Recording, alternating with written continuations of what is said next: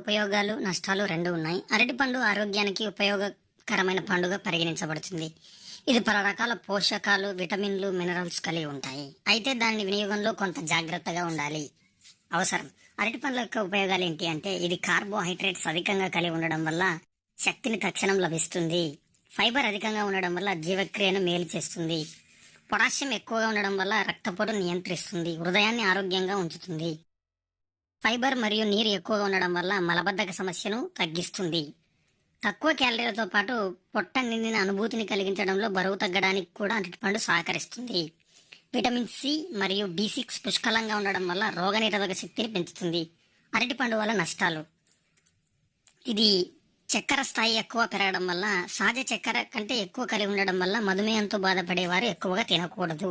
కొంతమంది అరటిపండులో ఉండే టిపోటాప్టెన్ ఎక్కువ మోతాదులో ఉన్నప్పటికీ అలసట అనిపించవచ్చు. కొంతమంది అరటిపండు ఎక్కువగా తింటే గ్యాస్, వాయువు వంటి జీర్ణ సమస్యలు తలెత్తవచ్చు. ఎక్కువగా తింటే అరటిపండును హైపర్ కలేమియా, రక్తంలో పొటాషియం స్థాయి అధికంగా కావడం ప్రమాదం ఉంటుంది. అరటిపండు పైన యాంగీ వ్యాధి ఉన్నవారికి అలర్జీ సమస్య తలెత్తే అవకాశం కూడా ఉంది.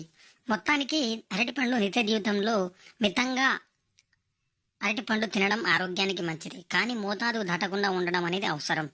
ఆరోగ్య సమస్యలుంటే డాక్టర్ సలహా తీసుకొని అరటిపండు తినడం అవసరం.